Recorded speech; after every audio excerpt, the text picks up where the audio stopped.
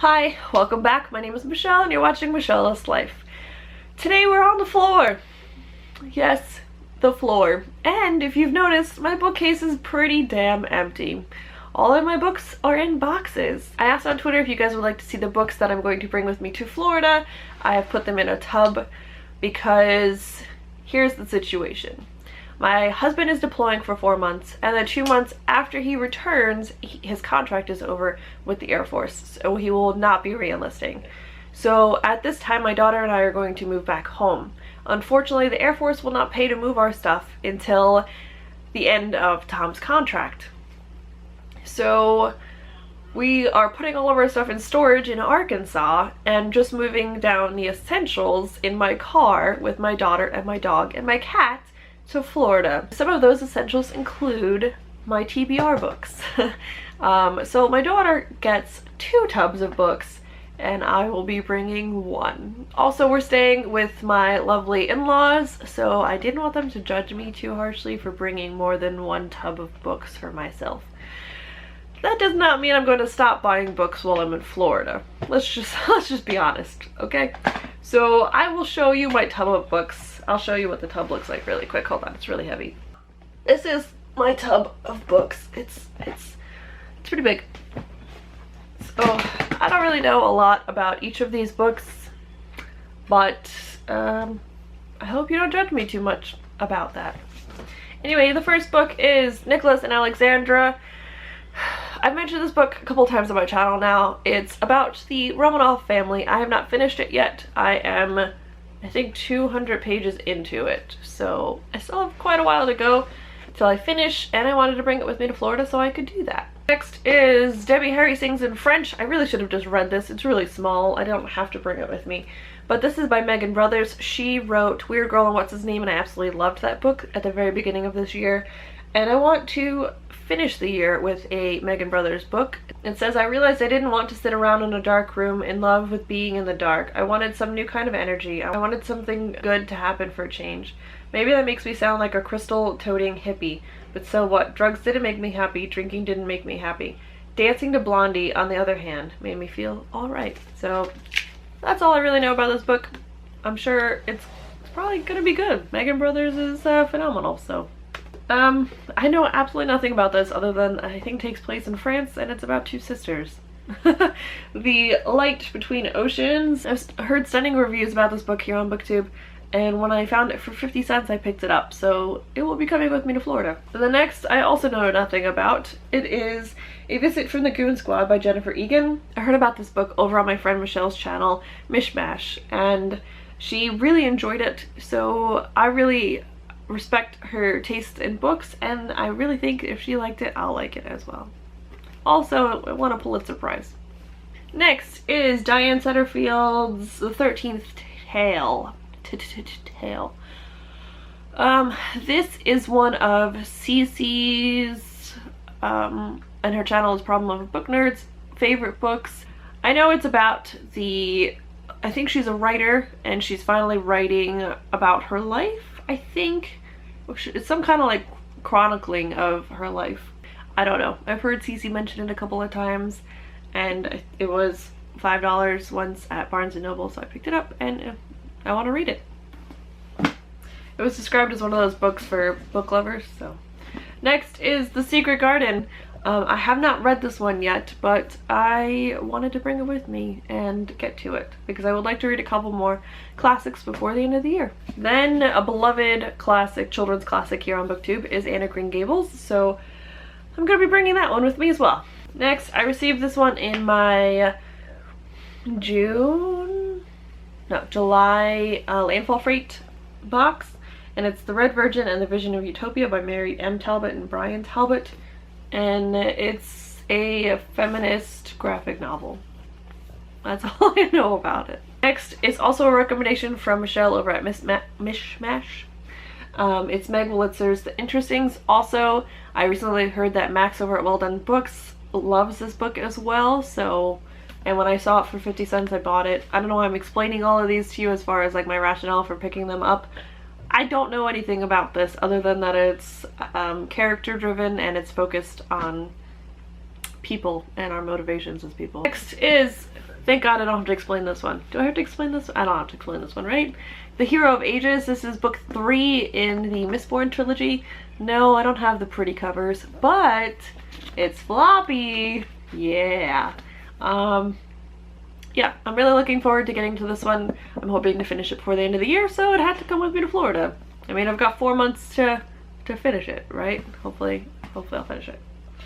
There's no way I'm gonna be able to finish all these books, by the way. That's not what I'm saying in this video. I'm not planning on reading every single one of these books in 4 months, but I want to have my options. Next is Middlesex by Jeffrey Eugenides. I picked this one up too for 50 cents at that library sale.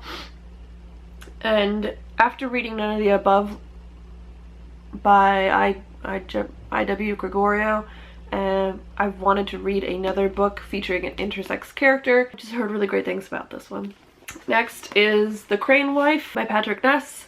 After reading A Monster Calls and absolutely loving it, I picked up all of his other works, except for the King Hill, what is that one? Chaos Walking trilogy. I didn't pick that one up.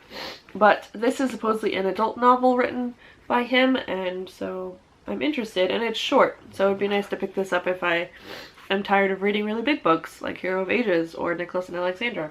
Next is a book from my recent haul, and that is Being Jazz by Jazz Jennings.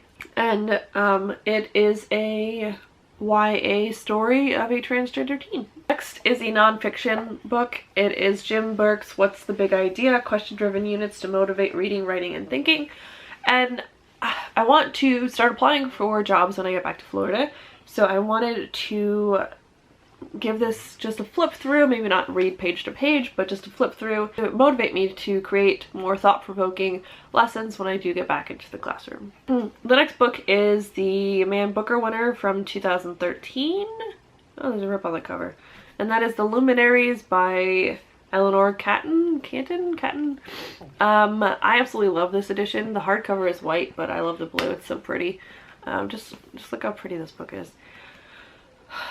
It's massive, and I don't know much more about it other than that it was listed on the Man Booker and won in 2013. I have heard really good things about this book from other people's channels. It's over 800 pages. Who knows if I'll get to this one. I really enjoyed A Little Life.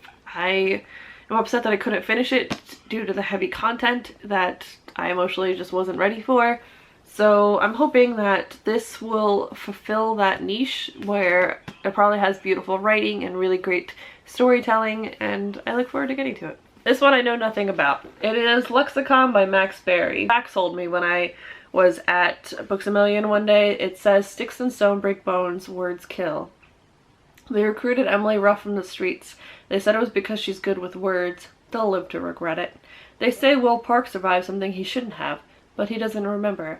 Now they're after him and he doesn't know why. There's a word, they say, a word that kills, and they want it back. So, it sounds interesting. It's a standalone. I'm pretty sure it's a standalone. And, yeah. It seems like another one of those books that, like, if you like books, so you like writing. So I picked it up. Anyway, I don't need to defend myself. The next one is another book about an intersex main character, and that is Golden Boy by Abigail Tartolin. I picked this one up again at the library sale for 50 cents, and I've heard really good things about it. I know Lindsay Ray, when she was making videos, kept praising this book, and I really respected her opinion. I really respect her opinion, so yeah. This year I read, what is that store? The Secret Life of AJ Fickery, I think? I don't know. You know what I'm talking about. The AJ Fickery book. And so my friend Jody sent me all these things I've done by Gabrielle Zevin. This book, I think caffeine and chocolate are illegal, and it just sounds great. Like, that's really interesting. I think it is a dystopian book, but I haven't read a dystopian in so long that this sounds perfect. So bring in that bad boy. Next is The Winner's Curse. I originally tried to read this via audiobook on my road trip to Y'allfest last November, and we couldn't get into the audiobook, so I'm going to try to give the book a second chance. again with Jody. She recommended this book to me forever ago, and then finally Book Outlet had it on sale for like $2 or $3, so I picked it up, and it is The Merc and Midnight Hour. It has similar vibes to Cat Winters. So it says a southern girl, a wounded soldier, a chilling force deep in the forest, all collided at night's darkest hour. So it has like that, like, I think it has like a creepy historical fiction feel to it, and I did read like the first chapter once when I was sitting in the library, and I really liked it, and I just for some reason haven't gotten a chance to pick it back up, so it's coming with me. Next, I've had since Christmas, and the hype's died down, but then a couple of people have read it recently and have hyped it back up, and I think that I'm gonna love it. And that is Rainbow Rowell's Carry On. I have this cool signed edition, but so I don't think I need to explain this one. I need to stop defending myself. I'm just gonna go quicker now. The next one is Angel Fall by Susan E., an apocalyptic angel book. The next one is The Adoration of Gemma Fox. I think this is sci-fi. I heard about it from Shannon over at Leading Lights channel, so I picked it up when it was on sale. It's coming with me. Next, I've almost gotten rid of this book several times. It's Monstrous Beauty. It's about mermaids. The author is Elizabeth Fama. It's about mermaids, and they're the type of mermaids that are sirens, and they kill people. Next is A.S. King's Everybody Sees the Ants. I really enjoyed Ask the Passengers by her, and I'm sure I'll enjoy this one. 2 left. So the penultimate one is The Little Princess. And then the last one is Oliver Twist by Charles Dickens. So that's it. Those are the books I'm bringing with me. No, I've never read any of them. Sorry, I defended myself for all of them. And this video is way too long. But yes. So these are the books I'm bringing with me to Florida. I will hopefully read most of them, if not all of them.